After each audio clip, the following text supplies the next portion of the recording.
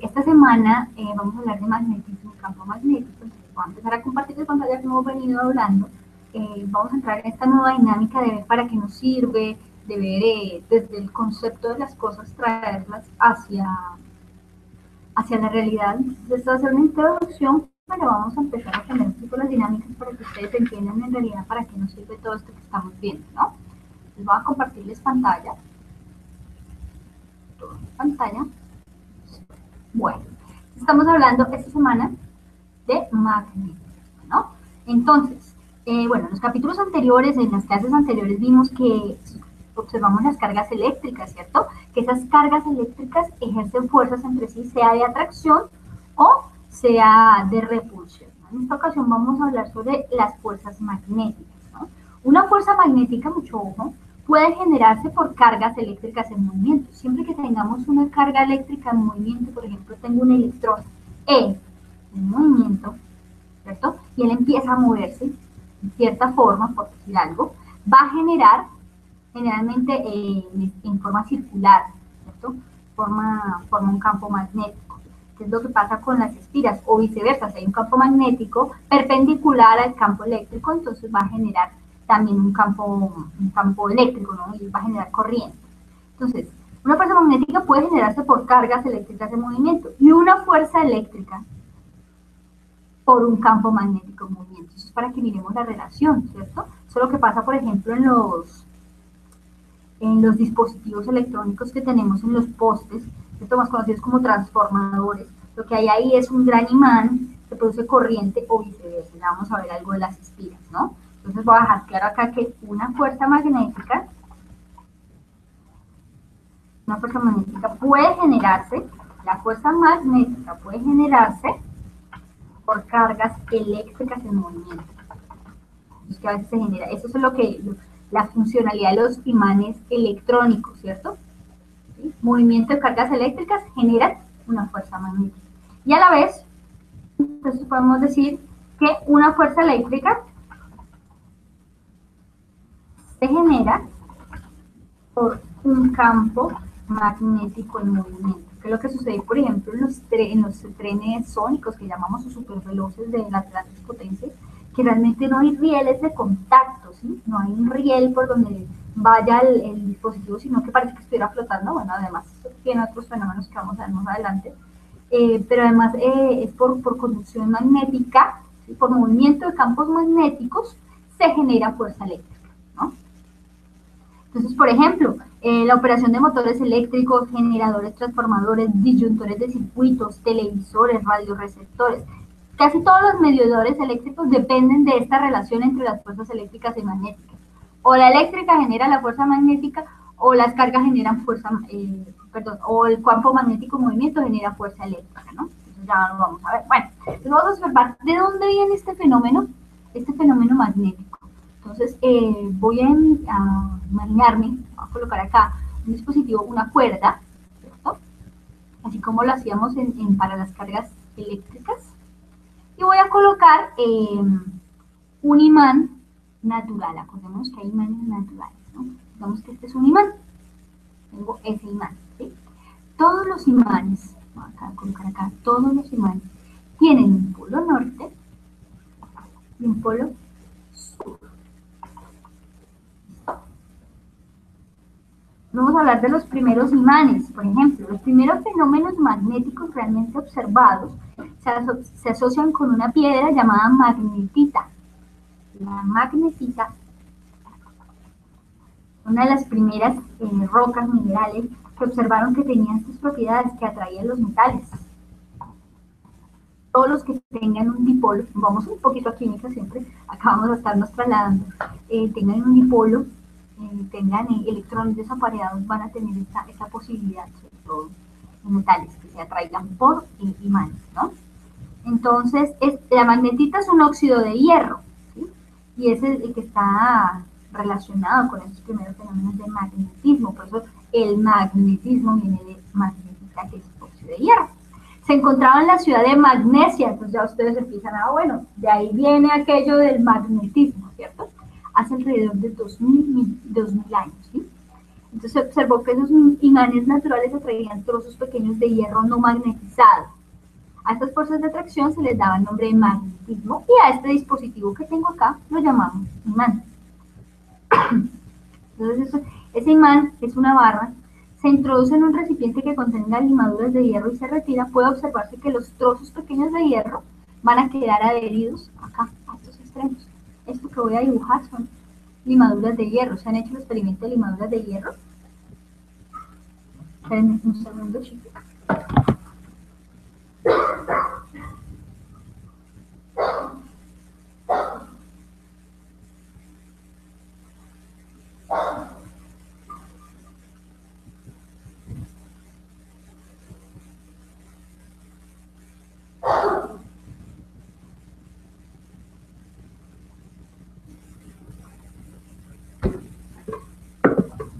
Entonces, el típico experimento por el que separamos en química limaduras de hierro mezclada con azufre, que traemos, introducimos un imán y todas las láminas de limadura de hierro van a quedar acá adheridas, ¿cierto? Al imán.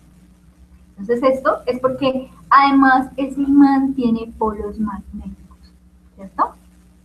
Esas regiones donde se aprecian estas figuritas que coloca aquí, que bueno, simularían limaduras de hierro, se llaman polos magnéticos. Cada uno de estos es un polo magnético. Algo muy importante, no existe un polo sin el otro. Así como pueden existir una carga solamente positiva y una carga negativa, acá no existirá solamente un norte o solamente un sur. ¿Listo? Perdón. Entonces tenemos acá polo norte, polo sur. ¿Listo? Cuando un material magnético se suspende en una cuerda, gira alrededor de su eje vertical. Tengo esto suspendido, voy a borrar las limaduras de hierro. Ya tengo suspendido solamente esa barra por una cuerda. Vamos a ver qué sucede, hacia dónde se orienta y por qué. Entonces, lo que va a suceder es que él se alinea solito hacia el polo norte. Se va a alinear al polo norte. Si tuviéramos aquí una brújula, que consiste en eso precisamente, nos daría que apunta hacia el norte. Acá está el norte, acá está el sur. Es en inglés es más común encontrarlas así. Entonces indicaría también el norte. ¿Listo? Si esta fuera nuestra brújula. Siempre se alinea hacia el polo norte. ¿Listo? En el mismo sentido que vemos en la brújula. Ahora vamos a ver qué pasa cuando acerco un imán a otro. ¿Listo? Entonces, voy a borrar. Acá está nuestra brújula. Le voy a decir, bueno, por ejemplo, tengo una barra de un imán natural, en este sentido, y una barra en un imán natural, en este sentido. Y vamos a ubicar los polos. Acá tengo el polo norte. Correrlo un poquito. Cambio de color. Acá tengo el polo norte y acá tengo el polo sur. Por lo tanto, ¿no? Y acá tengo el polo sur. Y acá tengo el polo norte. ¿Por qué los ubiqué así? Porque resulta que yo estoy acercando un magneto. Y ese magneto, si lo acerco acá, y si lo acerco acá, para ubicar cuál polo es. ¿Sí ven qué pasó aquí? Aquí se supone que el magneto estaba, esta es la posición inicial, horizontal. Cuando acerco este imán, él inmediatamente se mueve hacia arriba, o sea, se está tratando de alejar. Quiere decir que este también es el polo norte de este imán y este es el polo sur. ¿Por qué? Porque polos iguales se repelen. Si ven que tratan de unir dos imanes, no van a dejarse, ¿cierto? Por un lado ustedes encuentran los polos. Si se repelen con tanta fuerza, es porque tengo dos polos del mismo sentido. Pero si hay atracción, es porque tengo el polo contrario, que es lo que sucede acá. Ah, acá hay una atracción, quiere decir que este es el polo sur y este es el polo norte. El magnetismo, además de las brújulas, que pues obviamente son de gran ayuda en la ubicación, en mar y demás. Antes de que tuviéramos el GPS, la brújula era el único sistema que nos permitía ubicar. Pero además, el magnetismo se utiliza en toda la ciencia, en todos los aparatos que tienen fenómenos electromagnéticos, como el microondas, la radio, el infrarrojo, demás técnicas. Por ejemplo, cuando nos hacemos una resonancia magnética nuclear, ahí hay un imán gigante. Entonces es importantísimo conocer el comportamiento de un imán, ¿cierto? Los polos magnéticos de igual naturaleza entonces se repelen, y los de diferente naturaleza, como acá, se atraen. Entonces ya llegamos a una conclusión, que es la ley de la fuerza magnética. Esto es gráficamente lo que es la ley de la fuerza magnética. Son de la misma naturaleza, se repelen, y son de diferente naturaleza, se atraen. Ahora vamos a ver las líneas de flujo magnético. Entonces acá ya les tenía un gráfico. Estas que tenemos aquí son las líneas de flujo magnético, ¿no? Magnético. Claro, hay un polo, pues tiene que emitir, por decirlo así, magnetismo, un campo magnético. Y tiene unas líneas de flujo magnético que tienen un sentido perfectamente conocido. ¿Cuál es la dirección? Miren la dirección de las flechas. Si ven que siempre van de izquierda a derecha en este caso, porque van del norte hacia el sur. Siempre las líneas de flujo magnético van de norte a sur. Salen del norte y entran en el sur. Salen del norte y entran en el sur. El planeta Tierra también tiene campo magnético y tiene un eje, ¿cierto?, de campo magnético. Que si se ve alterado, pues son todos estos fenómenos naturales máximos que tenemos en la Tierra. Un pequeño viraje ya cambia todo, ¿no? Entonces, todo imán está rodeado por un espacio en el cual sus efectos magnéticos están presentes. Esa región la llamamos campo magnético. ¿Listo? Hablemos del campo magnético. Se simboliza con una B mayúscula la mayoría de las veces. Y es que es la región del espacio, perdón, la mayúscula, región del espacio en la cual se perciben los efectos magnéticos. Se perciben los efectos magnéticos del imán. ¿Listo? Eso es campo magnético, o sea, alrededor donde podemos percibir esos efectos. ¿Cómo lo podemos observar? Pues nosotros, esto es que sí existe, pero nunca las vamos a ver, ¿no? Estas líneas son imaginarias, pero es el flujo de ese campo, ¿listo? Pues hablamos de flujo de magnético, flujo de campo magnético. Siempre salen del norte y entran al sur. Esto es si tenemos un mismo imán. Si tratáramos, por ejemplo, en este caso de acercar dos imanes por el mismo polo, digamos, dos imanes por el polo norte, por decir algo. Entonces, ¿cómo miraríamos, cómo se verían esas líneas de campo magnético? Bueno, vamos a observar. Recuerden que la ley de fuerza magnética nos dice que se van a repeler, ¿no? Si son de igual naturaleza. Entonces, lo que observaríamos sería algo así. Esto es lo que nos pasa cuando tenemos dos imanes y con las manos tratamos de acercarlos y ellos mismos hacen fuerza. Es esta fuerza, la fuerza de repulsión, pero es una fuerza magnética. Esto es lo que va a pasar. Él quiere alejarse de ese otro polo porque tienen la misma naturaleza, ellos quieren alejarse. ¿Listo? Y si son iguales, pues simplemente entrarán del polo norte al polo sur siempre, ¿no? Por ejemplo, si tenemos dos magnetos que tienen polos diferentes, por ejemplo, este es norte y este es sur, entonces simplemente las fuerzas, todo lo contrario, lo que van a hacer es atraerse. Esto es lo que el color negro acá. Se van a atraer cada vez más. ¿Listo? Y recordemos que siempre salen del polo norte, entran al polo sur. ¿Listo? Esto entonces ya miramos qué es la fuerza magnética, qué es el campo magnético, cuáles son las líneas de flujo magnético, ¿cierto?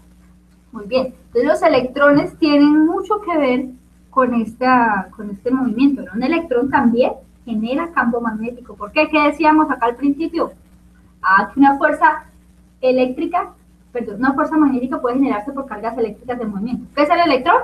Una carga eléctrica. ¿El electrón se mueve? Sí, se mueve alrededor del núcleo en una región definida. Y si se mueve y tiene carga, ¿generará un campo magnético? Por supuesto que sí. Por eso es que los electrones desapareados son los que, elementos con electrones desapareados son los que permiten que haya flujo magnético. ¿Sí? Eso ya hablamos de, cuando vean en química, de elementos paramagnéticos y diamagnéticos, se refieren a eso. Los paramagnéticos son los que permiten el flujo de electrones y por lo tanto, al permitir el movimiento, entonces van a permitir la generación de campo magnético, entonces van a atraer, ¿sí? Por eso los metales, por eso atraemos el hierro y algunos otros metales, ¿no? Muy bien. Vamos a hablar un poquito de fórmulas, vamos a hablar de flujo, la densidad de flujo magnético. Densidad de flujo magnético. Me falló la mano. Densidad de flujo magnético. Que también lo conocemos como flujo magnético. La densidad de flujo magnético en una región de un campo magnético es el número de líneas de flujo que atraviesan perpendicularmente la unidad de área de dicha región. Voy a colocarlo acá para que entiendan. Las definiciones a veces las leemos, decimos, bueno, sí, es esto y esto, y tenemos la ecuación, tenemos la fórmula, pero no le damos un sentido a la hora de resolver preguntas reales, ¿no? Entonces vamos a escribir para que entendamos. La densidad de flujo magnético en una región de un campo magnético,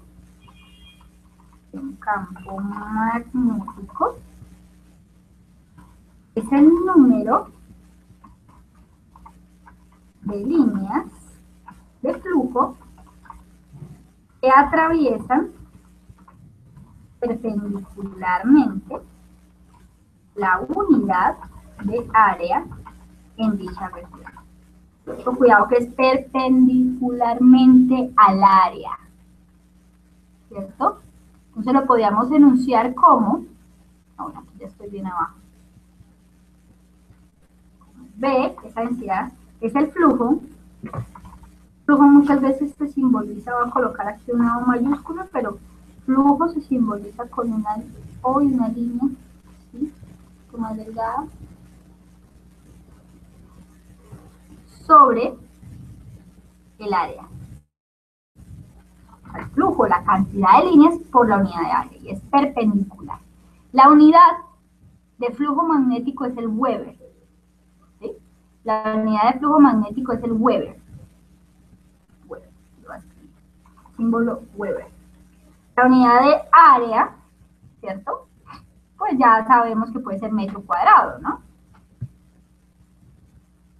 Por lo tanto, las unidades de la densidad de flujo magnético son es la Tesla. Tesla, el científico que estudió estos fenómenos en mayor medida, y pues miramos la historia para flujo de campo magnético. ¿Listo? Tesla. Entonces, ¿qué es lo importante? Que es perpendicular, ¿no? a la superficie. Entonces vamos a mirar más adelante vamos a mirar un ejercicio en el que es necesario siempre tomar la componente perpendicular. Por ejemplo, si tengo este imán, acá está el polo norte, acá está el polo sur, así que este es un ejemplo, norte, sur, ¿cierto? Y acá tenemos, colocarlo aquí porque necesito ligarlo.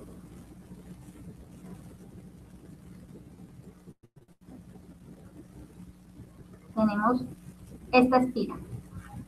Entonces vamos a decir, el ejercicio o el ejemplo dice, solamente voy a anunciar la fórmula para que miremos cómo es que se aplica. El ejemplo ejemplo 1. Dice, una espira rectangular de 19 centímetros de ancho y 20 centímetros de largo forma un ángulo de 30 grados con respecto al flujo magnético. La espira rectangular, mucho ojo, ¿sí? El área es rectangular, pero está formando un ángulo de 30 grados con respecto al flujo magnético. Quiere decir que esto es hipotético, ¿no? O sea, estas líneas. La espira es esta, y es un rectángulo. Si miráramos la espira de frente es esto, ¿cierto? Y tiene 19 de ancho, centímetros, y 20 de largo. Esa es la espira. Lo que pasa es que imagínense que la estamos ladeando y la corremos 30 grados hasta acá. 30 grados. Entonces las líneas de flujo van a pasar del polo norte al polo sur, ¿recuerdan? Siempre van del polo norte a polo sur. Pero no la van a tocar directamente. Si se chocaran con ella de frente, sí. Pero la tocan y ella está formando un ángulo de 30 grados. Bueno, entonces, por lo tanto, como la definición me dice que es la componente perpendicular, entonces sería campo o flujo, densidad de campo, sería igual al flujo de campo, que es este flujo, al flujo de líneas, cantidad de líneas, sobre el área. Y el área por el seno del ángulo que estoy formando. ¿Listo? Por el seno del ángulo. Yo voy a colocar digamos que el seno de 30, que es el ángulo que está formando. ¿Por qué? Porque es la componente perpendicular. Bueno, acá me pide, el ejercicio me pedía, era, si la densidad de flujo es 0,3 teslas, calcular el flujo magnético, o sea, me piden calcular el flujo, campo es 0,3 teslas, área es el área de un rectángulo que es base por altura, y el ángulo seno es 30, ¿listo? Solamente lo bajan enunciado, ustedes lo pueden terminar, simplemente despejar flujo. Esto es densidad de campo, y esto es flujo, ¿listo? Muy bien. Eso para campo magnético, pero hemos hablado de fuerza y no hemos definido fuerza. ¿Hay una relación entre campo y fuerza? Por supuesto que sí. Podemos calcular la fuerza magnética teniendo el campo, o campo teniendo fuerza magnética. ¿Cómo? Por la siguiente ecuación, porque obviamente la fuerza se relaciona porque hay un campo, ¿no?